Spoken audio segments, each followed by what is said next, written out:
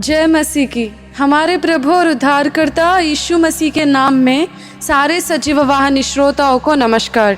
आज के दिन हमारे ध्यान करने का विषय, क्या परमेश्वर मेरे पापों को याद करता है और मुझे दंड देता है? अगर आप में ऐसी प्रश्न है तो परमेश्वर इसका जवाब देना चाहता है। तो कई बार हम बहुत सारे आवाज़ सुनते हैं, लोगों की आवाज़, पवित्र आत्मा की आवाज़, दुष्ट आत्मा की आवाज़, और कई बार पहचानने में हम गलत कर पड़ते हैं और इसके कारण हम अपने ज़िंदगी में आगे नहीं बढ़ पाते, आत्मिक ज़िंदगी में ऊंचाई नहीं देख पाते। तो आज के दिन देखेंगे कि परमेश्वर हमें क्या बताना चाहता है।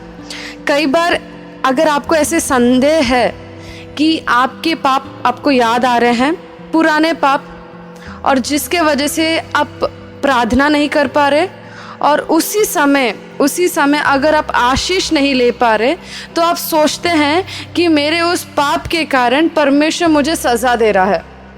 जो पाप मैं पहले कर चुका हूँ, मसीह की ज़िंदगी से पहले या मसीह की ज़िंदगी में जो मैंने किया है, परमेश्वर उसे याद कर रहा है फिर से, और इस वजह से वो मुझे सज़ा दे रहा है और इसके कारण मैं अपनी आशीष नहीं पा रहा करके हम सोच पड़ते हैं। तो चलिए, क्या ये सच है या झूठ है? क्या ये पवित्र आत्मा की आवाज़ है जो हमें ये सब बोल रहा है, या ये दुष्ट आत्मा की आवाज़ है जो हमें ये सब याद दिला रहा है? या लोग हमें याद दिला रहे हैं, या पवित्र आत्मा उन लोगों से काम कर रहा है, या शैतान उन लोगों से काम कर रहा है? हम पवित्र वचनों से देखेंगे आज के दिन। इब्रानियों का पुस्तक 8वां अध्याय 12 का पद, क्योंकि मैं उनके अधर्म के विषय में दयावंत हूँगा और उनके पापों को फिर स्मरण ना करूँगा। फिर से देखिए इस वचन में क्या बोलता है परमेश्वर। अधर्म, धर्म के विषय में नहीं। हम सोचते हैं अगर मैं कोई धर्म का काम करूँगा या मैं कोई अच्छा काम करूँगा तब परमेश्वर मेरे तरफ दयावंत रहेगा। क्या आप सोच रहे हैं कि ये परमेश्वर आपके स्कूल का टीचर है, या नहीं तो आपके काम करने की जगह का बॉस है? नहीं, हमारा परमेश्वर दयावंत है, इतना दयावंत कि अगर हम अधर्म के कामों में हैं तो वो हमें फेंकता नहीं है, पर हमें स्वीकारता है वो। देखिए क्या बोलता है ये वचन फिर से, क्योंकि मैं उनके अधर्म के विषय में दयावंत हूँगा और उनके पापों को फिर स्मरण ना करूँगा। ये परमेश्वर की नई वाचा है।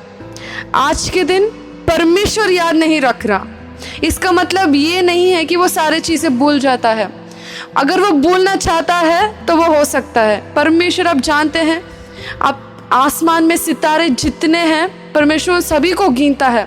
परमेश्वर ने सभी का नाम रखा है। अगर आप रात के समय बाहर जाकर एक बार देखें आसमान में, कोशिश करिए गिनने को कितने सितारे हैं। बस आपके सर के ऊपर जितने हैं आप कोशिश करिए। आपसे नहीं हो पाएगा, किसी से भी नहीं हो पाएगा, क्योंकि वो इतने ज़्यादा हैं। फिर भी परमेश्वर उनकी गिनती करता है, उन सभी को याद रखता है। वैसा ज्ञानी परमेश्वर आज के दिन बोल रहा है कि मैं तेरे पापों को भूल चुका हूँ। क्योंकि परमेश्वर जब भी हमें देखता है, वो अपने पापों को हमारे ऊपर नहीं, पर उसके धर्म और उसके लहू को हमारे ऊपर देखता है परमेश्वर। जब परमेश्वर ही नहीं देख रहा आपके पापों को, तो आप क्यों देख रहे हैं आज के दिन? जब परमेश्वर ने आपको इतनी बड़ी क्षमा दी है, परमेश्वर ने इतना बड़ा दया और अनुग्रह आपके ऊपर रखा है, तो आप उस अनुग्रह को क्यों नहीं देख पा रहे, और क्यों अपने पापों के ऊपर फिर देख रहे हो? मत सोचिए, वो सारे जो याद है वो शैतान की ओर से है, क्योंकि इधर इतने अच्छी तरीके से लिखा है कि मैं तेरे पापों को फिर स्मरण ना करूँगा। अगर वो स्मरण नहीं कर रहा, परमेश्वर जिसने इस दुनिया को रचाया है, जिसने आपको और मेरे को रचाया है, वो बोल रहा है कि मैं नहीं स्मरण कर रहा, फिर हम क्यों स्मरण कर रहे हैं? जो परमेश्वर का नहीं है वो शैतान का है, क्योंकि परमेश्वर की इच्छा और उसकी राय उसके वचन में लिखी रहती है। और आज के दिन परमेश्वर हमें पूरी तरीके से बोल रहा है कि वो उसका मन क्या है, उसका दिल क्या है हमारे तरफ। तो अगर आपको ऐसे ख्याल आ रहे हैं तो वो परमेश्वर से नहीं है, आप उसे वचनों से लड़ सकते हैं। अगर आप वचन में खोलकर देखेंगे सत्य क्या है, तो सत्य आपको स्वतंत्र बनाएगा और आपके सारे ख्यालों से, आपके पुराने पापों से या अभी के पापों से, सारे पापों से आपका मन बदल देगा और आपको अच्छी तरीके से पवित्र आत्मा की आवाज़ सुनाई देगी और दुष्ट आत्माओं की आवाज़ से आप छुटकारा पाओगे। परमेश्वर इस वचन को आशीष दे। आमीन।